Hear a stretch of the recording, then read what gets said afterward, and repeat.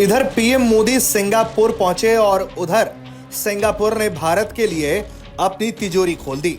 Singapore की नई सरकार के पीएम लॉरेंस वोंग जहां एक तरफ पीएम नरेंद्र मोदी का स्वागत कर रहे हैं, तो वहीं दूसरी तरफ सिंगापुर की ही एक बड़ी कंपनी ने यह ऐलान किया है कि वो अब भारत में अपने इन्वेस्टमेंट्स को दोगुना कर देगी। इसकी जानकारी सिंगापुर इंडिया के सोशल मीडिया अकाउंट एक्स से दी गई है।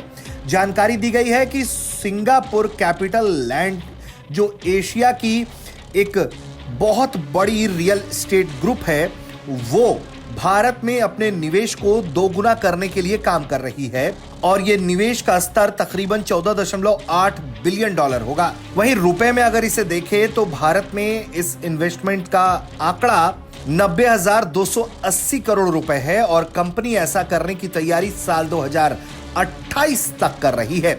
जिस तरह से सिंगापुर की कंपनियों का रुझान भारत में बढ़ रहा है, वो वाकई में दिलचस्पी बढ़ाने वाला है।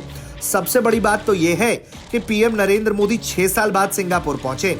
यहां वो ऐसे वक्त पर दौरा करने पहुंचे जब सिंगापुर में सरकार बदली और लॉरेंस वोंग ने सिंगापुर की कमान संभाल ली है। सिंगापुर आसियान देशों में भारत का सबसे बड़ा ट्रेड पार्टनर है। भारत का पूरा जोर इस वक्त एक्ट ईस्ट पॉलिसी में है। ऐसे में सिंगापुर भारत की हमेशा से पहली पसंद रहा है।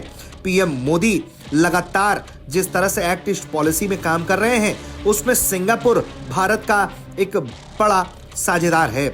आसियान देशों में सिंगापुर भारत का सबसे बड़ा व्यापारिक साझेदार देश है। सिंगापुर दुनिया में भारत का 6ठा सबसे बड़ा ट्रेडिंग पार्टनर भी है। भारत में आने वाले प्रत्यक्ष विदेशी निवेश का एक बड़ा स्रोत सिंगापुर है।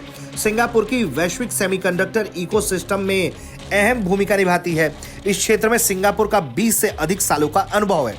ऐसे में देखा जाए तो जिस तरह की नई सरकार के साथ भी भारत के प्रधानमंत्री की जुगलबंदी यहां दिखाई दे रही है, जिस तरह से तस्वीरों में दोनों वर्ल्ड लीडर्स की मुलाकात हो रही है और जिस तरह से पीएम नरेंद्र मोदी के सिंगापुर पहुंचने से पहले इस तरह की खबरें सामने आ गई, जहां एशिया की सबसे बड़ी कंपनियों में से एक सिंगापुर कैपिटल लैंड भारत में अपना निवेश को दोगुना करने जा रही है, इससे एक बात साफ है, भारत को लेकर सिंगापुर का नजरिया बहुत बड़ा है और भारत को वो एक दमदार उम्मीदवार मानता है।